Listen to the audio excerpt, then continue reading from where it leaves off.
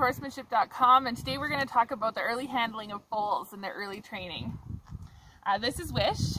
Wish is just over 2 months old, and she is a very precocious baby. Not really her fault, but she was the first time we've ever had only one foal in a year.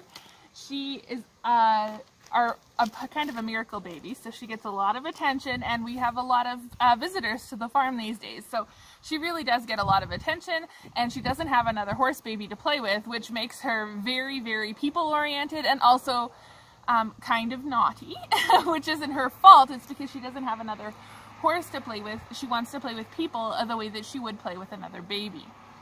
I see lots of people on Facebooks and other forums asking, well, my horse is, 4 months old, I just got it, or 6 or 10 or a year and a half, 2 years old, and they're like, oh, it bites, it kicks me, what do I do? And a lot of well-meaning advice tends to be, well, you gotta nip that in the bud, show them who's boss, they're being disrespectful.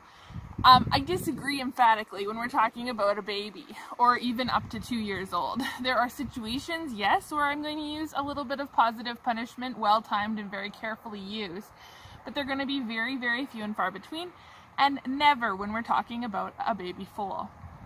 So, when we're talking about training in these early days, what I do mostly is what you're seeing right now. I spend a lot of time sitting on the ground, spending time with the babies, and scratching them.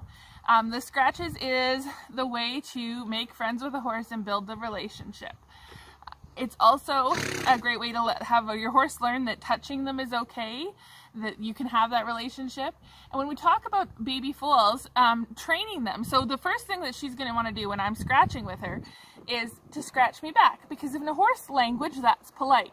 Now, if you had never been around horses before and you started scratching them and they started trying to scratch you back, you might think that that was poor behavior, but it really isn't.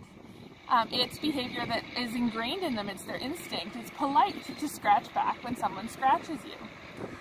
But what I've taught Wish is that if she gets too busy with her teeth trying to scratch me back, I'm going to stop scratching. So scratching only continues when I'm getting behavior that I like. And I don't mind a little bit of mutual grooming, a little bit of scratching. But when she gets busy with those little teeth, and see, she thought about it there and looked away, but she knows I don't like teeth, and I will stop scratching if that's the case. The other things that we've struggled with her a little bit is that she thinks it's really funny to just back up to someone and demand they scratch her bum. And since it isn't just me that handles her, there's lots and lots of people around here, it happens, it works out for her quite a bit that she gets scratched on the bum for backing up to people. I don't blame those people at all, it's adorable, it's easy to give in. But she also knows that I don't like that, and so if she backs up to me, I just say, I don't like bums, I step away and I don't give her any attention until I get the face towards me. She also will try to kick, and again, it doesn't work. The kicking is usually like when I go to get up, and she doesn't want me to get up because she knows that snuggling time is over. No more attention for Wish. And so again, I ignore it. I remove myself from the situation. I remove all the attention, because that's what she wants, is attention. And she's just trying to play in a way that's not appropriate for working with other people, with humans instead of with other horses. If you did smack her, what she would think is, oh, this is a new game where you're going to kick me back and we're going to play this rough and tumble game, because she is a rough and tumble baby. So she's not really fearful, but she is, okay, that's the game. She's very stoic, very tough. She can be running and wipe out and not need to go see mommy and have a drink. She just gets up and keeps running. So she's not a fearful baby at all. So smack is not going to be a deterrent. It's just going to be a new game for her. So much more effective than smacking, which in another foal that is fearful, hey, no teeth,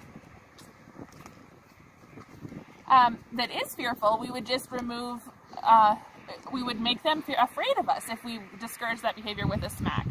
With her, we're just going to encourage it because she's getting a reaction. In both cases, the best way to respond is to remove all the attention. So we get attention, we get scratching when we are behaving in a way that we find appropriate. If we're not, no attention, no scratching, just stop scratching and walk away, and the behavior will stop. See, the nose got really close to my face, I just stopped scratching and the nose went away.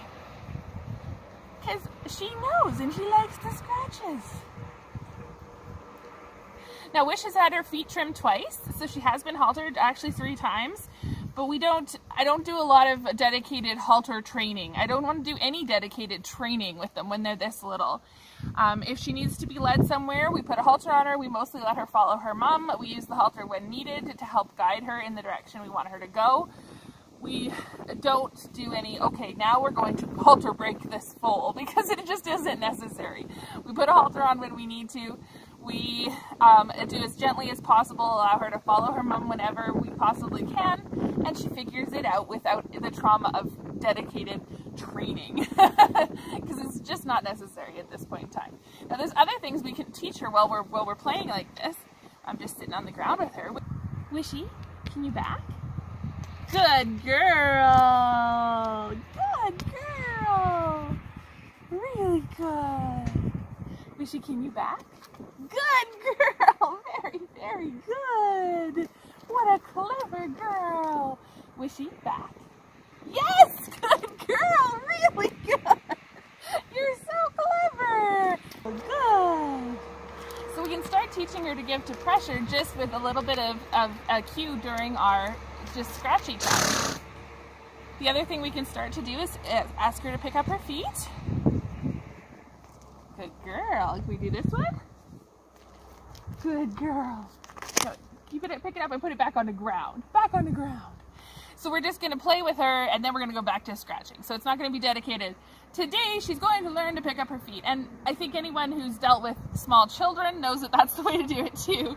The learning has to be organic in the middle of the day, and it has to be fun. Youngsters they don't have the attention span to be able to take a training session, so we really want to avoid that. We want to just spend time with them, build the relationship first, and the things they need to know will happen organically along the way. If you'd like to learn more, please check out our website at miniaturehorsemanship.com. There's lots of great articles on there, as well as some online courses, so you can learn more about caring for and training your miniature horse. So go have fun. Look at that bum.